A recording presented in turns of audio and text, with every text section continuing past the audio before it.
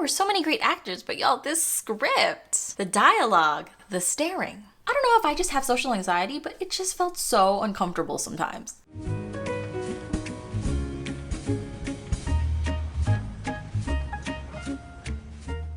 Hi everyone, I'm Jessica, your fave Asian drama fangirl. Today I'm going to be talking about a Chinese drama called Amidst the Snowstorm of Love. So let's dive in. The story starts off with Ying Guo, a professional billiards player who's in this foreign Nordic city in preparation for a tournament she was invited to play in. Upon her arrival, she and her cousin get stuck in a snowstorm at a bar where she is met by Leilei Yang. He immediately finds interest in her, and while she trains for her tournament, the two keep in touch, and she eventually finds out that he was once a pro player himself. Through their connection, he becomes inspired to come out of retirement and play professionally again. And of course, romance ensues between the two. This drama was released in 2024 and was adapted from the web novel of the same name. In terms of pacing, there were 30 episodes at about 45 minutes each. Now let's talk about our actors playing our main leads. For the role of Leilei Yang, we have Wu Lei. He is a beloved and highly successful child actor. I've heard of him being in multiple popular dramas before, but this was truthfully the first one that I saw him in myself. I think he's a cutie and he has a really nice smile. For Ying Guo, we have Maimai. She's actually the reason that I wanted to watch this drama because I loved her in A Little Thing Called First Love. I know a lot of people liked her in Reset, which is on my infinitely long watch list,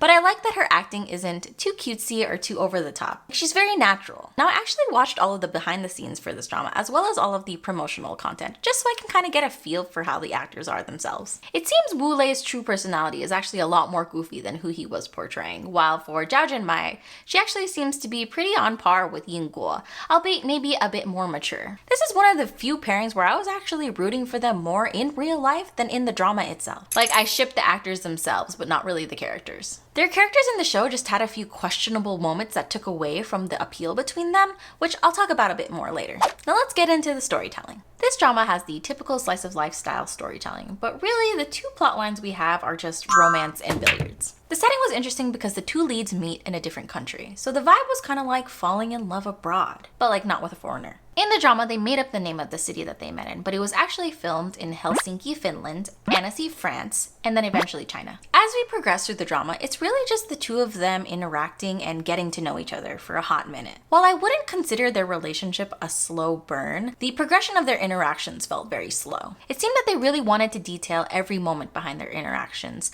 including awkward eye contact that was meant to represent tension, the internal thoughts of Ying Guo, and seemingly random text conversations.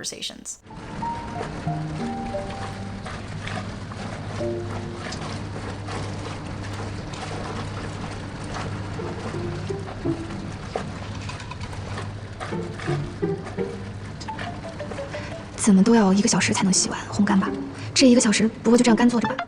Particularly, I want to highlight the billiards part. To be frank, it's not really the sexiest sport, but I did find it a little interesting. There was 9-ball billiards and then there was snooker, which I had actually never heard of before watching this drama. Now, if you find billiards boring or lame, you're probably not going to enjoy this drama, or at the very least, you're going to be skipping through a lot of scenes. Generally, the billiard serves as the mechanism for them to work towards their dreams or careers. Okay, now let's get a little bit more into detail about our characters. Leilei Yang is an introverted graduate student at the beginning of the drama. I guess he has some trauma with human relationships, which is why it seems like he hardly likes to say anything. He's supposedly poor, but he also has money in the bank, he owns a pool hall, and he spends literally all of his money on Ying Guo, so I guess poor means different things in drama land. 这家地下台球室啊，从今往后就归你了。为了盘下这里，我这2个月穷的连个贵点的汉堡都不敢买。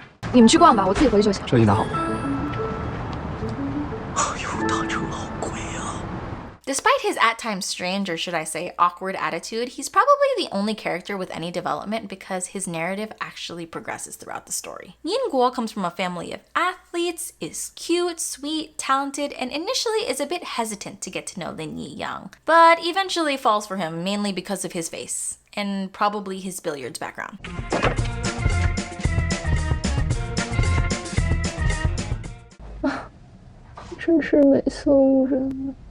Once she and Leilei Yang get together, it is curtains for her character development because from then on, she's just a girl in love. Supposedly, she's some ice queen on the playing field, but honestly, that level of dimension was not really portrayed heavily in the drama, so it was hard to see this contrast that she supposedly had. I do think that they had good chemistry, but the dynamic between the characters was just a bit weird for me. There was no witty or deep dialogue going on, and there was no playful flirting to lighten the mood between them. It just felt like a lot of staring and surface level texting.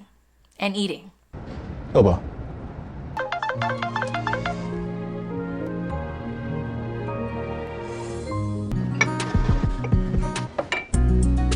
这个是当地的特色，三文鱼汤。你想吃冰激凌吗？冰激凌？对，就那儿了。又吃啊？尝尝看，味道不错的年份甜酒，不多见。是我想喝，顺便给你带了一杯。从今天睡醒，一直在吃吃喝喝。早饭一起吗？好呀。真厉害。谢谢。好像我们今天一起吃了2顿饭。还真是。这2天有人跟我说，我跟他在一块儿，除了吃饭就是吃饭。 They also got together fairly quickly with seemingly no depth in their relationship to show for it, so it was hard for me to believe that they liked each other more than just physically. I will say though that I loved that they both prioritized their careers as sports professionals. It felt very responsible. Alright, now let's get into my favorite parts of the drama. So I haven't watched too many modern Asian dramas wherein the setting is not in the actual country of origin, so I found the filming location and the setting to be very unique for this drama. I especially liked the setting where they went on that like cute little trip together, which I guess is Annecy, France? I don't know, it was super pretty. Wow, 太美了吧! Also, like I said earlier, it's not like the sexiest sport, but I actually thought the whole like billiards thing was kind of cool. It was like unique. I kind of like when dramas highlight unique fields like that. I feel like I'm getting exposed to new things, new experiences. I thought the OST was just okay, but I really liked this track. Another thing I liked about this drama was that there were a lot of pretty faces, particularly the boys. Were they used to their full capacity? No, but I wasn't mad. I'm still gonna watch. It was nice to see, nice on my eyes. All right, and now on to my not so favorite parts. I don't know if it was the script or the actual relationship being depicted, but there were just so many moments that I was like, girl, what's going on? Can all Lin Yi-yang do is give her food? That's it? He doesn't even say anything. It's so awkward. 又不说话。 And then if he's not trying to feed her, why is he always trying to get it on? I know he has like a 7-year age gap with her, but also he says that he had never dated prior to her, so what's going on? 笑什么？你跟我在一起，除了吃饭就不能做点别的吗？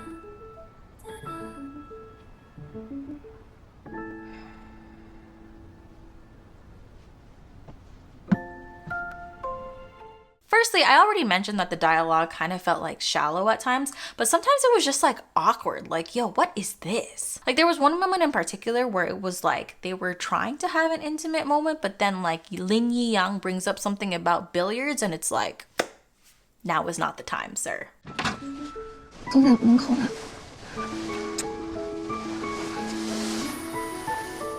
刚才最后一球，为什么进底盘？ 反中带更漂亮。啊，我擅长打毛球，不。They were fantastic at portraying the concept of awkwardness between people.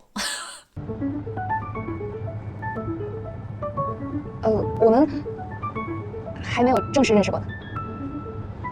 那你想怎么认识？我叫英果，那个我知道，你给我发第一条消息就说过了。哦，对。Honestly, it was just like the staring. The staring was hurting me. I also think it was just maybe this general concept of like being unaware of your surroundings. The fact that they had like these moments of PDA were also hurting me. I was just like, man, your poor homie in the back. Ugh.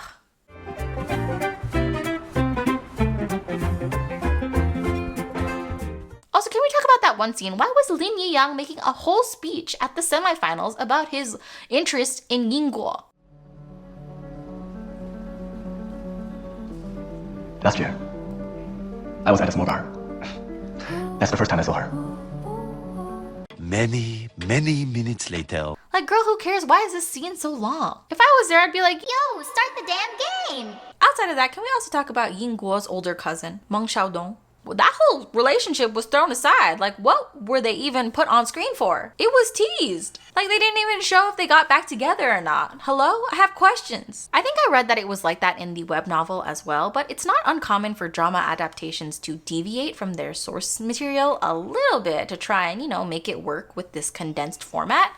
So I kind of wish that they had done that with this too, because like, why even show it? All right, now for my final rating and recommendation. Overall, I would rate this drama a 7.5 out of 10. I would recommend it if you want to watch a modern romance C-drama with the cozy and unique vibes of Finland, you don't mind the heavy billiards focus or an awkward male lead, you want to see some handsome faces, or if you're a fan of Leilei or Maimai. That's my review of Amidst Snowstorm of Love. Thank you so much for watching, and please feel free to comment down below. Did y'all watch the drama? Did y'all feel awkward watching it too? Are you a fan of the Leimai CP, or was it just too cringe for you? Also, let me know if there are any other dramas you want to see me watch and review in the future. Take care and be safe.